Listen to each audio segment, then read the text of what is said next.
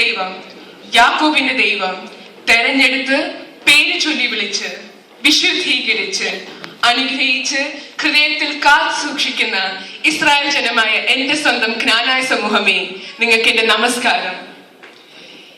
ഇന്ന് നമ്മൾ ജ്ഞാനായ സമുദായമായി അറിയപ്പെടാൻ കാരണഭൂതരായവർ സ്വന്തം വംശത്തെ കാത്തു സൂക്ഷിച്ച് കലരാത്ത രക്തം നമുക്കായി പകർന്നു നൽകിയ നമ്മുടെ മാതാപിതാക്കന്മാർക്കും പൂർവ്വപിതാക്കന്മാർക്കും എന്റെ നമോവാക്കം.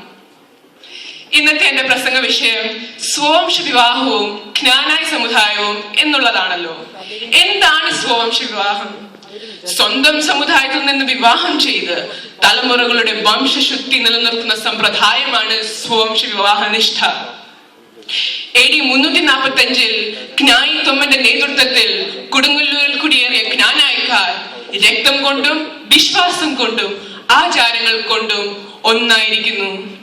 ഈ വിശുദ്ധിയും വിശ്വാസവും വരും തലമുറകളിലേക്ക് പകർന്നു കൊടുത്ത് സൂര്യനും ചന്ദ്രനും നിലനിൽക്കുവോളം സമുദായത്തെ കാത്തു സൂക്ഷിക്കാൻ തെരഞ്ഞെടുക്കപ്പെട്ട വിശുദ്ധ ജനമാണ് നാം ഓരോരുത്തരും. പ്രിയമുള്ളവരെ, ഈ സ്വവംശ വിവാഹ നിഷ്ഠ ജ്ഞാനായക്കാർക്ക് എവിടെ നിന്ന് കിട്ടി? ഇതിന്റെ ചരിത്രം എന്താണ്? എവിടെയാണ് ഇതിന്റെ ഉത്ഭവം? ഈ ചോദ്യങ്ങൾക്ക് ഒരേ ഒരു ഉത്തരമേ ഉള്ളൂ. അതാണ് വിശുദ്ധ ഗ്രന്ഥം. ഉൽപ്പത്തി പുസ്തകത്തിൽ അബ്രഹാം മകൻ ഇസഹാക്കിനോട് പറയുന്നു, നാട്ടിൽ പോയി എന്റെ ചാച്ചിക്കാരുടെ നിന്ന് ഭാര്യയെ കണ്ടുപിടിക്കുക എന്ന്. അങ്ങനെ സ്വവംശത്തിൽ നിന്ന് തന്നെ ഇസഹാക്ക് റബേക്കയെ ഭാര്യയായി സ്വീകരിക്കുന്നു. അതുപോലെ പുറപ്പാടിന്റെ പുസ്തകത്തിൽ ലേവി ഗോത്രത്തിൽപ്പെട്ട ഒരാൾ തന്റെ ഗോത്രത്തിൽപ്പെട്ട സ്ത്രീയെ വിവാഹം ചെയ്തു. അവൾ ഗർഭം ധരിച്ച് പുത്രനെ പ്രസവിച്ചു. അവനാണ് ഇസ്രായേലിന്റെ വിമോചകനായി മാറിയ മോശ. സ്നേഹമുള്ളവരെ, നിയമാവർത്തന പുസ്തകത്തിൽ ദൈവം ഇസ്രായേൽ ജനത്തോട് നിഷ്കർഷിക്കുന്നു, നിങ്ങൾ കാനാൻ ദേശത്ത് ചെല്ലുമ്പോൾ അവിടുത്തെ തദ്ദേശീയരുമായി വിവാഹ ബന്ധത്തിൽ ഏർപ്പെടരുത്.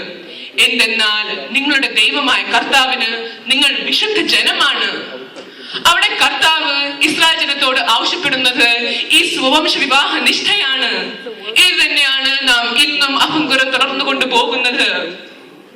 ഇനി തോബിത്തിന്റെ പുസ്തകം 4-ാം അധ്യായം 12-ാം വാക്യത്തിലേക്ക് ശ്രദ്ധിക്കുക. മകനെ, നിന്റെ പൂർവികരുടെ ഗോത്രത്തിൽ നിന്ന് മാത്രം ഭാര്യയെ സ്വീകരിക്കുക. നാം പ്രവാചകന്മാരുടെ സന്തതികളാണ്. നമ്മുടെ പിതാക്കന്മാർ എല്ലാം സ്വന്തം ചാച്ചക്കാരുടെ നിന്നാണ് ഭാര്യമാരെ തെരഞ്ഞെടുത്തത്. അങ്ങനെ സന്താനങ്ങൾ വഴി അവർ അനുഗ്രഹീതരായി തീർന്നു. ഇസ്രായേൽ ജനത്തിന്റെ പിൻതലമുറക്കാരായി ദൈവം നിയോഗിച്ച ജ്ഞാനായക്കാർ ആചാരത്തിലും അനുഷ്ഠാനത്തിലും പാരമ്പര്യങ്ങളിലും തനിമയും ഒരുമയും നിലനിർത്തിക്കൊണ്ട് പോകുമ്പോൾ ദൈവത്തിന്റെ നിയമം നമ്മൾ ശിരസാ വഹിക്കുകയാണ്. ഈ വംശശുദ്ധി പകർന്നു കൊടുക്കുവാൻ UKKCY അത്യന്തം ഉത്സാഹപൂർവ്വം പ്രവർത്തിക്കുന്നു എന്ന് നമുക്ക് വളരെ അഭിമാനിക്കാവുന്നതാണ്. നമ്മുടെ പാരമ്പര്യങ്ങളും അനുഷ്ഠാനങ്ങളും ലോകാവസാനം വരെ നിലനിർത്താൻ നമ്മുടെ രൂപത നിഷ്കർഷിക്കുന്ന ഈ സ്വവംശ വിവാഹ നിഷ്ഠ നിലനിർത്തിക്കൊണ്ട് പോകേണ്ടത് വളരെ അനിവാര്യമാണ്. നമ്മുടെ പിതാക്കന്മാർ സമുദായത്തിന്റെ വളർച്ചയ്ക്ക് വേണ്ടി അത്യന്തം പരിശ്രമിച്ചതുപോലെ നാമും പരിശ്രമിക്കേണ്ടിയിരിക്കുന്നു. ഇത് ഒരു പ്രേക്ഷിത ദൗത്യമായി സ്വീകരിച്ച് തനിമയിലും ഒരുമയിലും വിശ്വാസ നിറവിലും പടർന്ന് പന്തലിക്കുന്ന തലമുറയെ സൃഷ്ടിക്കാൻ നാം ഓരോരുത്തരും സന്നദ്ധരായിരിക്കണം. പ്രപഞ്ചത്തിലെ അനുഗ്രഹീത ജനമേ, സഭയോടും സമുദായത്തോടും ചേർന്ന് നല്ല വിശ്വാസികളായി വിലക്കപ്പെട്ടവരുമായി വിവാഹബന്ധത്തിൽ ഏർപ്പെടാതെ തിരുസഭയുടെ കൽപ്പനകൾ പാലിക്കാൻ നാം ഓരോരുത്തരും കടപ്പെട്ടവരാണ്. കോട്ടയം രൂപത എന്ന് കേട്ടാൽ അഭിമാനപൂരിതമാകണം നിന്നന്തരംഗം. കോട്ടയം രൂപത എന്ന് കേട്ടാൽ അഭിമാനപൂരിതമാകണം നിന്നന്തരംഗം. പാലിക്കണം സ്വവംശ നിഷ്ഠയും പാരമ്പര്യങ്ങളും, പകരണം ശുദ്ധരക്തം തലമുറകളിൽ.